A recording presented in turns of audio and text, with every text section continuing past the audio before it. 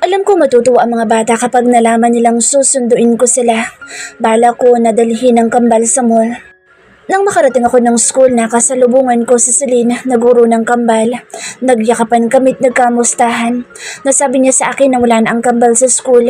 Mabuti na lang at nalaman niya na nasa malapit na park lang ang mga bata. Safe naman sila doon.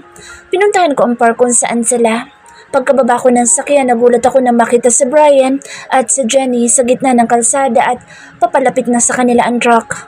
Napasigaw ako sa gulat na makitang nakahandusay sa lapag si Brian at nakapalibot ang mga dugo na galing sa kanya.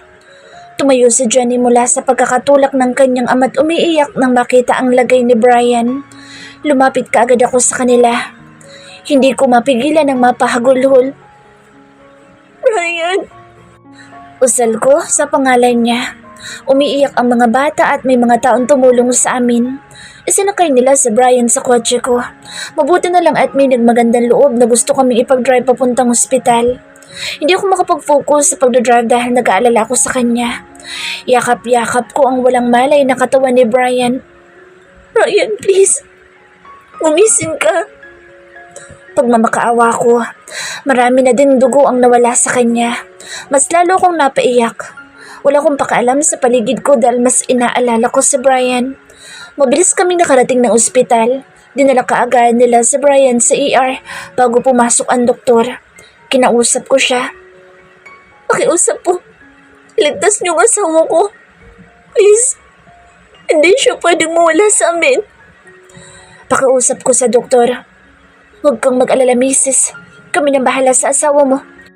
Tumangutango ako at nangihinang naupo. Hindi pwedeng mawala sa amin si Brian. Sasabihin ko pa sa kanya na mahal ko siya, na natupad na ang matagal niya ng gusto at yun ay maging ama sa magiging anak namin. Umiiyak na niyakap ako ng mga bata. Hindi ko kakayanin kapag may mangyaring masama sa kanya.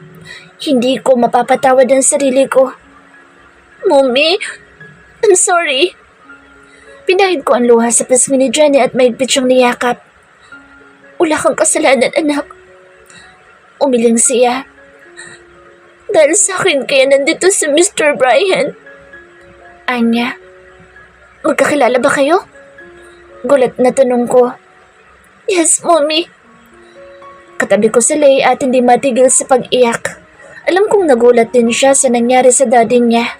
Niyakap ko si Lay na siya ikinalingon niya sa akin. I'm scared, Mommy Angel. Ayoko mawala si Daddy. Umiiyak na sabi ni Lay. Magiging okay din ang daddy mo. Hindi niya tayo iiwan. Tinawagan ko ang pamilya ni Brian para malaman nila ang kalagayan ng asawa ko. Pinapunta ko rin ang pamilya ko para iuwi ang mga bata. Hindi pwede magstay sila dito ng matagal. Stacy. Tumayo ko't niyakap ang mommy ni Brian. Ano nangyari, Stacy? Bakit nabangga ng truck ang ano ko? Naupo muna kami at kinalma ko ang sarili ko. Dahil po sa akin. Lumapit sa amin si Jenny. Bumuka ang labi ni Mom nang makaharap si Jenny. Lumingon siya sa akin at nagtatanong na tingin ang ibinigay niya sa akin. Anong ibig sabihin ito, Angel? Naguguluhan tanong niya. Mommy, si Jenny, at ito naman si Jerome, mga anak namin ni Brian. Pagpapakilala ko sa kambal, nagulantang siya sa nalaman. I'm sorry po kung naglihim ako sa inyo. Lalo na kay Brian.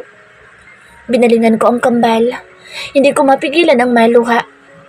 Magmano kayo sa lola niyo. Agad naman silang tumalima sa utos ko. Kasama ni Mommy Cynthia si Lay na umuwi. Bago umalis si Mommy Cynthia, nangako siya na babalik siya. Anak, magiging maayos din na lahat. Ngumiti ako sa parents ko. Lumuhod ako sa mga bata. Hinaplos ko ang mukha nila at hinalikan sila sa noo. Mugto na ang mga mata ni Jenny sa kakaiyak. Naaawa ko sa mga bata. Dito lang muna si Mommy, okay?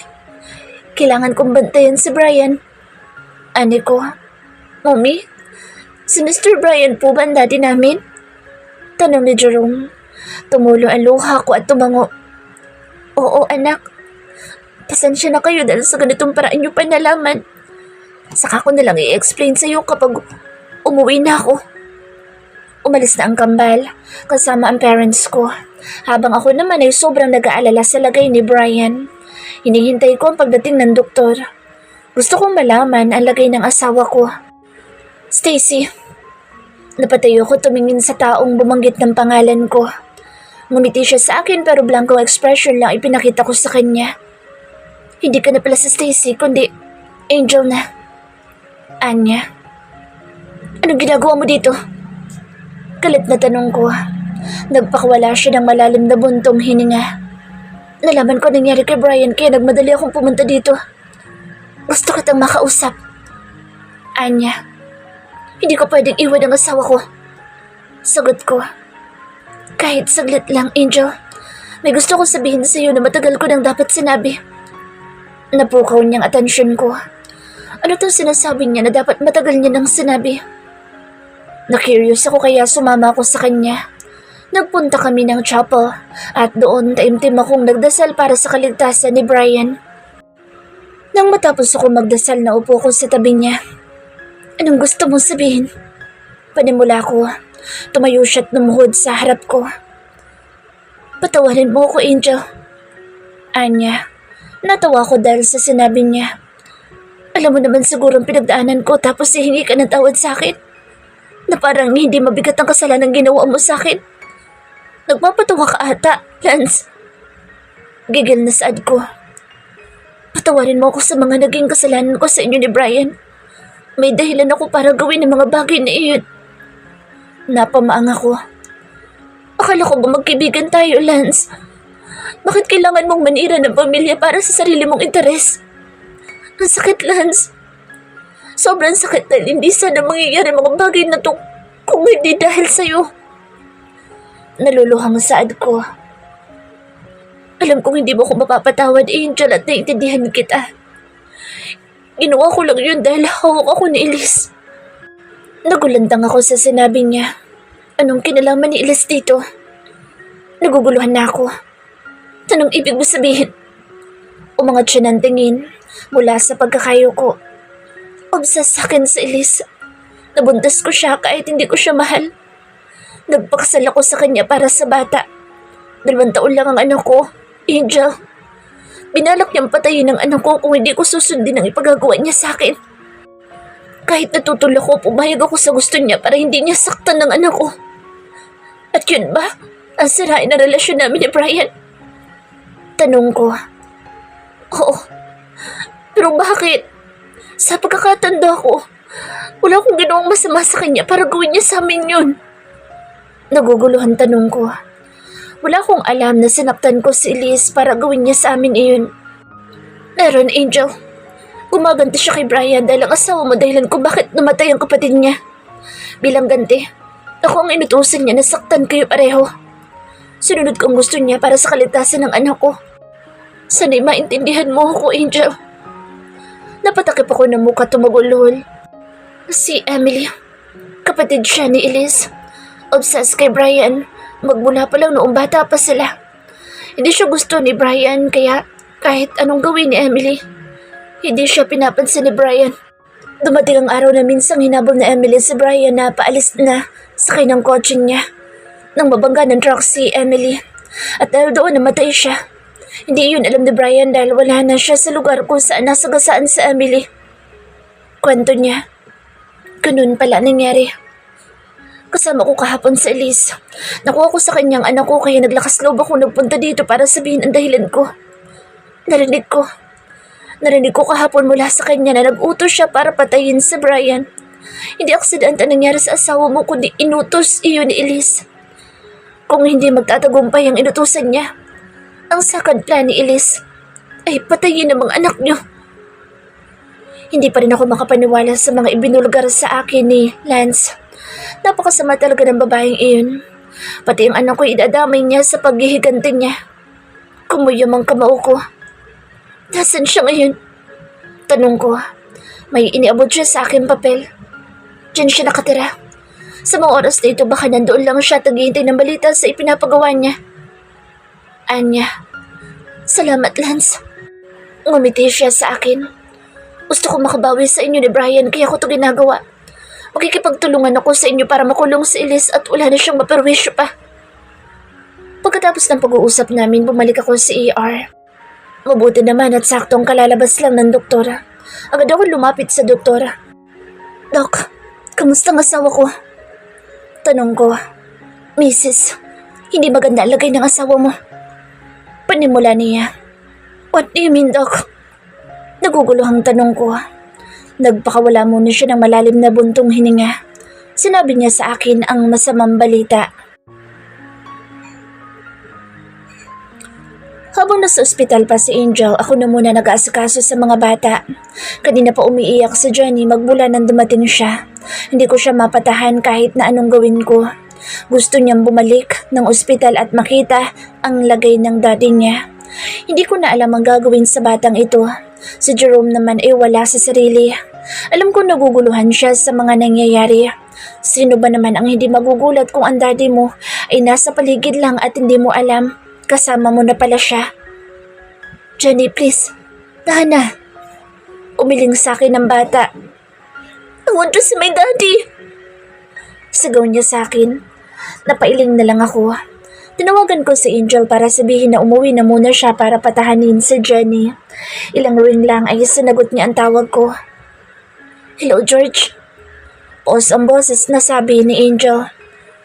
Angel, pwede bang umuwi ka na muna? Kailangan ka ng mga bata. Kuya, hindi ko pwedeng iwan si Brian. Gusto ko kapag nagkamali siya, nandito ako sa tabi niya. Base sa boss nito, alam ko nagpipigil siyang maiyak. Naiintindihan ko. Sige, uuwi ako pero babalik din ako dito. Kukuha lang ako ng ilang damit ko. Pinatay niya na ang tawag. Jenny, pauwi na ang mami mo kaya tahan na. Pinahid ko ang luha sa pisngi niya. Yumakap sa akin ang bata. Dumating din sa Angel. Nakaready na ang mga bata sa pagtulog. Agad silang yumakap sa ina at naupo sa silid sa gilid ng kama. I'm so sorry mga anak. Alam ko may pagkakamali ako dahil naglihim ako sa inyo. Sana maintindihan niyo na ginawa ko lang iyon para protektahan kayo. Paliwanag niya sa mga bata. Mommy, I want to see Daddy. Pagmamakaawa ni Jenny. Hindi pa pwede anak. Nalungkot naman ang bata habang nakatulala ang kapatid niyang si Jerome. I'm sorry, Mommy. Hindi ko nabantayan si Jenny katulad ng promise ko sa'yo. Niyakap ni Angel ang anak na lalaki tinalikan sa noo. Nagpatuloy sila sa pag-uusap. Iniwan ko muna sila at nagpunta sa salas. Doon ko hinintay si Angel. Gusto ko malaman kung ano na ang sunod niyang hakbang. Kahit ano pa ang maging desisyon niya, support lang ako sa kanya. Lahat gagawin ko para sa kapatid ko kahit na gusto niya makipagbalikan kay Brian. Ayos lang sa akin. Ang mahalaga ay ang kaligayahan nilang mag-iina. Alam ko si Brian lang ang makapagbibigay ng kalinga at pagmamahal sa mga pamangkin ko. Kahit ako ang tumayong ama nila, kailangan pa rin nila ang totoong ama nila. Hindi ko pipigilan kung ano man ang desisyon ng kapatid ko. Gusto kong maging masaya sila. Kids, tapos na ba kayo? Sigaw ko sa dalawang bata na nasa itaas pa. Inayos ko ang mga dadalhin sa ospital at dahil Saturday ngayon pinayagan ko ang kambal na bisitahin ang daddy nila. Nagsaunahang bumaba ang dalawang bata. Yumakap sa akin si Jenny nang makalapit siya sa akin. Nasaan ang kuya mo? Napansin ko kasi na hindi niya nakasama si Jerome. Baka nasa car na po, Mommy. Ngumiti ako sa kanya. Nagpunta na kami ng garahe. Naabutan namin si Jerome na nakasandal pa sa kotse. Binuksan ko ang boxset at naupo na sila. Nakikita ko na sobrang saya ng kambal. Ngayon ko lang kasi sila pinayagan na makita si Brian. Mag-iisang buwan na magmula na mangyari ang aksidente. With the help of Lance, nahuli si Elise at ngayon ay pinagbabayaran ng kasalanan niya.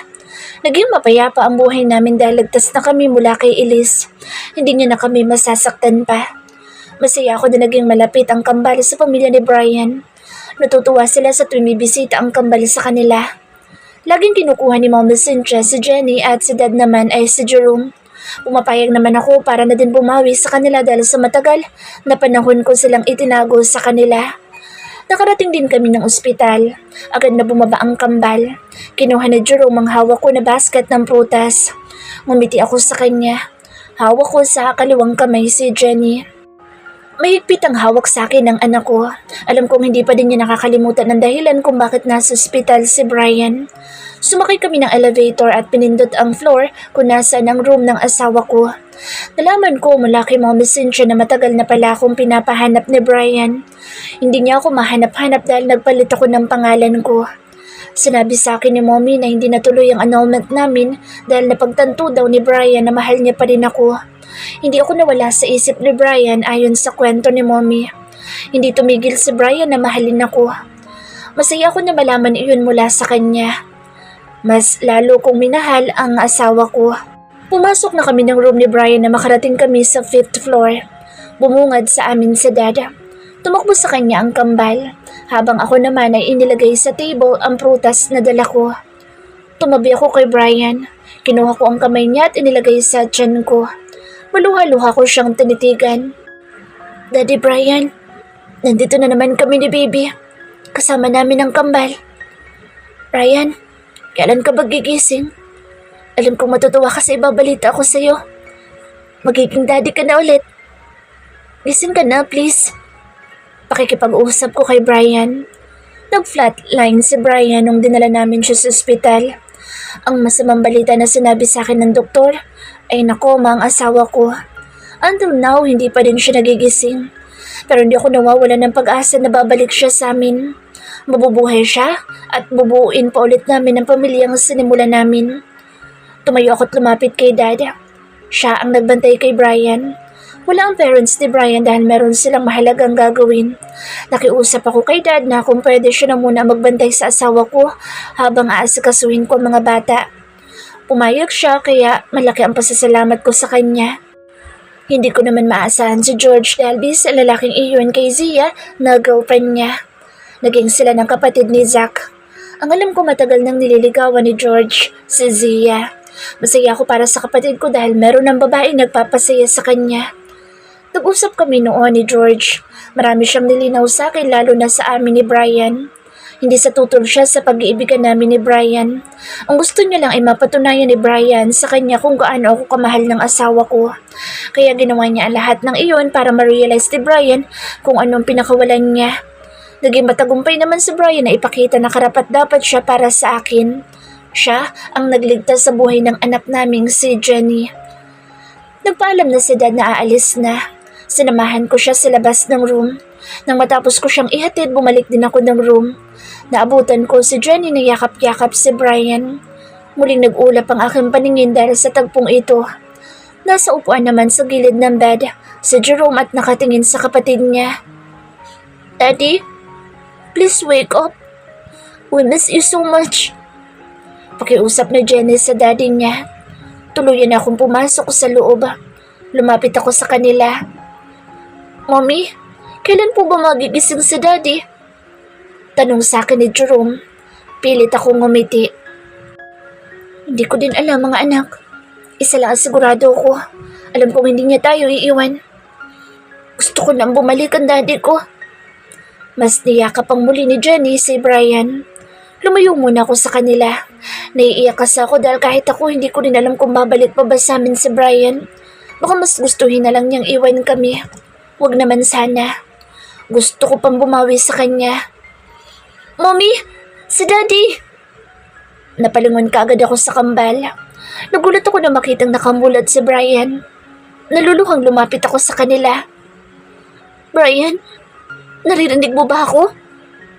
Umangat ang kamay niya. Kinuha ko iyon. Angel. Nahihirapang banggit niya sa pangalan ko. Pinahid ko ang luhang kumawala sa mata ko. Sobrang saya ko. Teka, tatawag lang ako ng doktor. Tumakbo ako palabas ng room. Bumalik ako kasama ang doktor ni Brian. Lumabas na muna kami ng kambal para bigyan ng oras ang doktor para suriin ang asawa ko. Hindi ko inaasahan na dumating si George kasama si Zia. Agad akong yumakap sa kanila. Laluluhang nakangiti ako sa bagong dating. Bakit ka umiiyak? Takang tanong ni George. Gising na si Brian. Masayang saad ko. Hindi rin nagtagal, lumabas din ng doktor. Ibinalita niya sa amin na maayos na ang lagay ng asawa ko. Sa sobrang tuwa ko'y napayakap pa ako kay George. Pagkaalis ng doktor, pumasok na din kami ng room. Naabutan namin si Brian na nakatingala lang at halos hindi na kumukurap. Tumakbo papunta sa kanya ang mga bata. Dahan-dahan ang ginawa kong paglakad papunta sa kanila. Naupo naman sa couch ang magkasintahan. Ngumiti ako kay Brian. Inalalayan ko siya sa pag-upo. Nasa tabi niya ang kambal na nakatitig sa kanya. "Kumusta ang pakiramdam mo?" Tanong ko. Umusod si Jerome at doon ako naupo. Hinawakan ni Brian ang pisngi ko. "Masaya ako na makita ka." Ngumiti ako sa kanya. "Ako din, Brian." Bahagyang nagulat si Brian nang sugurin siya ng yakap ng kambal. "Daddy?" Umiiyak ang dalawa. Tumingin sa akin si Brian. "Mga anak natin sila, Brian. Si Jenny at Jerome." May butil ng luha ang kumawala sa kanya. "May anak tayo?" Tumango ako bilang sagot sa tanong niya. Niyakap niya na mahigpit ang kambal. "Mommy, I don't wanna go home." Nagpapapadyak na magtol ni Jenny. Malapit nang dumilim kaya naisipan ko na pauwiin ang kambal. Total nandiyan naman si George para iuwi sila. At ang batang pasaway ayaw talagang umuwi kahit na anong gawin ko. Nakatingin lang sa amin si Brian. Buong araw silang naglaro at syempre pinagpahinga ko din si Brian dahil hindi biro ang nangyari sa kanya. "Hayaan mo na sila dito, Angel," sabat ni Brian. Napakamot na lang ako ng ulo. Tuwang-tuwa ang kambal na lumapit ulit kay Brian. Nahiga sila sa tabi niya. "Sige, ako nang bahala sa kanila. Umuwi na kayo." Saad ko kay George. Tumango naman siya at saglit na yumakap sa akin. Nakibeso ako kay Zia bago sila umalis. Pagod na naupo ako sa couch. Nakikita ko na sobrang saya ng asawa ko. Hindi ako makasingit dahil sa mga bata. May pagkakataon din ako para makausap si Brian. Nang sumapit na ang gabi, katatapos lang namin kumain na makatulog kaagad sa tabi ni Brian si Jenny. Sa couch ko naman pinatulog si Jerome. Nila kong upuan sa kilid ng kama ni Brian at doon naupo. Habang siya naman ay titig na titig sa akin. "Gusto ko nang umuwi." Anya. "Kagigising mo lang, Brian, kaya hindi pa muna sa ngayon." Sagot ko. Lumabi siya sa akin. Tumayo ako't mabilis siyang hinalikan sa labi. Nagulat siya pero kalaunan ay ngumiti din. "Akala ko mawawala ka na sa amin." "Hindi ako mawawala, Angel. Mahal kita at mahal ko mga anak natin. Hindi ko kayo pwedeng pabayaan." Nakangiting sagot niya. Muli akong tumayo mula sa pagkakaupo at sunugod siya ng mahigpit na yakap. "I love you," I said. "I love you too, Stacy." "Magpahinga ka na." Ngumiti siya at tumango. Masaya akong makita na buo na sa wakas ang pamilya namin ni Brian. Wala akong mahihiling pa. Bukas na bukas, ipapaalam ko sa kanya ang pagbubuntis ko. Sigurado akong matutuwa siya sa balitang sasabihin ko. Magkahawak kamay kaming naglalakad ni Brian. Nang tumingin ako sa kanya, kinindatan ako ng loko. Bahagya akong natawa. Nailabas din ng ospital si Brian ng ilang linggo magmula nang magising siya. Tumuloy kami ng mga bata sa bago naming bahay na malapit lang kila Sam at Zach. Sinabi sa akin ni Brian na kapag nagkaayos na kami, doon kami titira ng mga bata sa bagong bahay na pinasadya niya para sa amin. Natuwa ako dahil bagong bahay, bagong simula para sa amin. It's Saturday, my day with him. Every Monday, Wednesday ay Jenny's day. Habang ako yun naman niyang si Jerome ay Tuesday and Thursday. Friday, magkasama ang dalawang bata pati na rin si Lay para makabonding ang daddy nila. Ang araw naman na makakasama ko ng buong maghapon ng asawa ko ay Saturday. Sunday is family day. Inihilig ko ang ulo sa balikat niya hanggang sa huminto siya. "Why?" Takang tanong ko. Ngumiti siya sa akin na siyang ikinabilis ng puso ko. "Remember? Dito tayo una nagkita." Anya. Bumalik sa akin ang mga alaala kung saan una kong nakilala si Brian. Nung una inis na inis ako sa kanya dahil hindi niya ako tinulungan tumayo pagkatapos niya akong banggain. Huminto siya sa harap ko at nagkatitigan kami. Tumatakbo siya ng araw na iyon at parang may gustong takasan. May nakasunod na babae sa kanya na sa tingin ko ay ang kapatid ni Elise na si Emily. Yeah, hindi ko makakalimutan iyon. Sagot ko. Hinawakan niya magkabilang kamay ko. Talaga bang napatawad mo na ako? Tanong niya ng ilang sandaling katahimikan. Tumitig ako sa kanya. Bakit mo natanong? Gusto ko lang makasigurado. Matagal na kitang napatawad, Brian. Nakikita ko nag-uulap ang kanyang mata. Sa tingin ko ay maluluhan na siya. Hey, what's wrong? He just smiled. I love you, my wife. I'm so sorry for everything. Alam ko sobra kitang nasaktan at naiintindihan ko kung nandun pa din ang galit mo sa akin. Nagkamali ako, Angel, at sana tuluyan mo na ako mapatawad. Kasi lahat gagawin ko para sa'yo. Lumuluhang ang saad niya. Pinahid ko ang luha sa pisngi niya. Wala ka nang dapat gawin, Brian. Kasi napatunayan mo sa akin na dapat lang kitang bigyan ng second chance. Kung sa Sam nga napatawad si Zach, bakit hindi rin tayo? Hindi ba? Masaya ako kasi magkasama na tayo. Wala na makakasira pa sa pamilya natin. May tiwala ako sa iyo, Brian, na hindi mo na uulitin na nangyari noon. Kasi hindi ko na alam ang gagawin kung sasaktan mo pa ulit ako. Lalo na ngayon. Para siyang naitulo sa kinatatayuan. Ito na ang tamang oras para sabihin sa kanya. Kinuha ko ang kamay niya at itinapat iyon sa tiyan ko. Ngumiti ako sa kanya. Base sa itsura niya ngayon, alam ko naguguluhan siya. Daddy Brian, magiging daddy ka na ulit. Masayang balita ako sa kanya. Napamaangan siya sa sinabi ko. Bigla siyang napayakap sa akin. Talaga? Oh God, thank you, Angel. Iniharap niya ako sa kanya at siniil ng halik sa labi. Pagkatapos namin maglakad-lakad, pumunta kami ng cafe. Doon kumain kami ng lunch. Kasama syempre ang barkada. Ibinalita namin sa kanila na buntis ako. Masaya sila para sa amin. Dumaan muna kami sa sementeryo kung saan nakalibing ang panganay namin. Inilapag ko sa lapida ang dala kong flowers. Katabi ko si Brian. Titig na titig siya sa lapida. Tumingin ako sa kanya. Hinawakan ko ang kamay niya.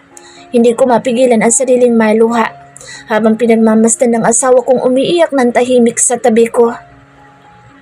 Patawarin mo ako, anak. Dahil sa akin kaya ka nawala sa amin ng mommy mo. Nagsisisi ako na nasaktan ko kayo ng mommy mo. Pangako ko sa iyo, hindi ko na ulit gagawin iyon. Pagiging mabuti't asawa na ako sa kanya. Aalagaan ko ang mommy at ang mga kapatid mo. Sana kung nasan ka man, sana'y mapatawad mo si Daddy. Niyakap ko si Brian. Humaguluhol siya sa balikat ko. Oo, masakit na mawala ng anak. Ganoon naman talaga ang love. Kailangan merong mawala sa buhay mo para ma-realize mo lahat ng nangyayari sa buhay mo. Sa kaso ko, natutuwa ko. Namuo sa puso ko ang galit dahil nga nasaktan ako pero past na iyon. Nasa present na kami kung saan may kambal kami at magkakaroon ng bagong miyembro ng pamilya. Saka ko naiisipin ang future na kasama siya kasi ang mahalaga sa akin ngayon, ang pamilya ko. Gusto kong ipakita sa kanila kung gaano ko sila kamahal. Pumasok ako sa kwarto ng mga bata. Kasama ko si Lay na katatapos lang magbihis. May okasyon ngayon at yun ay ang kaarawan ng anak ni Zach at Sam. Ngumiti ako kay Angel na kalalabas lang ng banyo kasama si Jenny. Mahirap paliguan ng anak kong babae kaya natagalan sila sa pagligo. Si Jerome naman ay nagbibihis na. Inarapan pa ng bata si Lay na nakatingin sa kanya. Hindi ko nga maintindihan kung bakit parang galit na galit siya kay Lay. Minsan ko na din siyang tinanong pero paulit-ulit lang ay sinasagot sa akin ni Jerome. Ayaw niyang maging kapatid si Lay. Nang masigurado na naming tapos na ang lahat, umalis na kami sa bahay. Dumiretso na kaagad kami ng cafe. Sumalubong sa amin si Sam na karga pa ang anak niya. Sinamahan niya kami sa event room. Nagkakasiyahan na ang mga kaibigan ko. Nakaalalay ako kay Angel sa pag-akyat niya sa hagdan. Hanggang sa makarating kami sa mga kaibigan namin. Nakipag-bro hug ako sa mga kaibigan ko habang naupo naman si Angel katabi ni Mia. Nakakatuwang pagmasdan na buo ang barkada. Ang mga bata naman ay nagkanya-kanya na.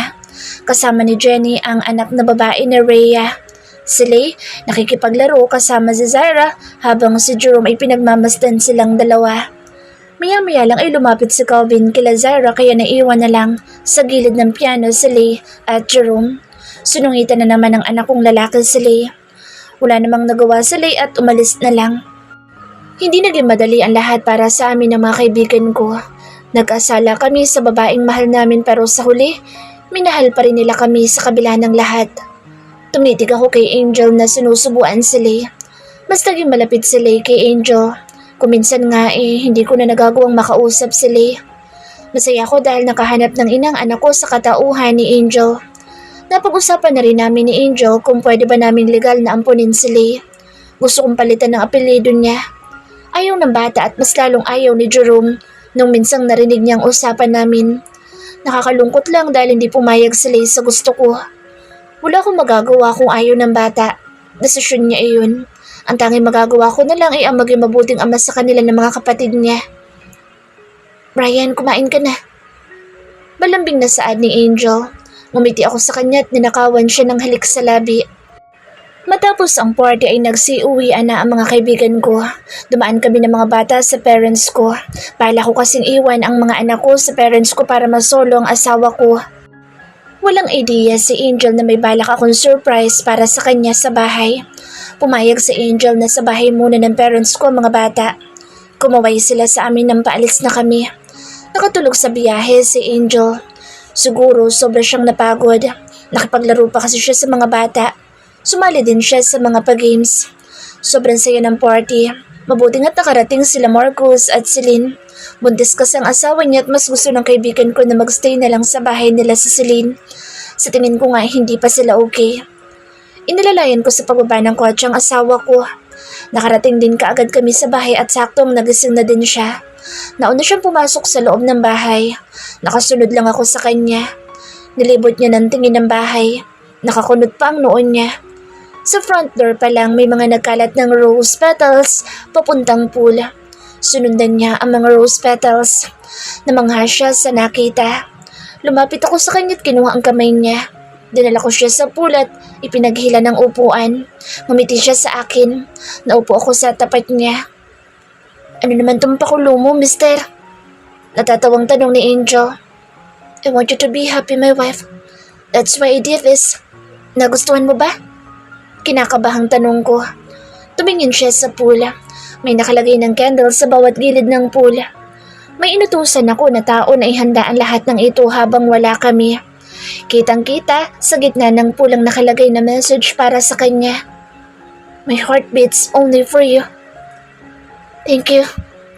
Tumayo ako at inilahad ang kamay sa kanya. May nagplay na music. Natatawang tumayo siya. Agad kong ipinalibot ang magkabilang kamay sa kanya. Pinagdikit ko ang noon namin.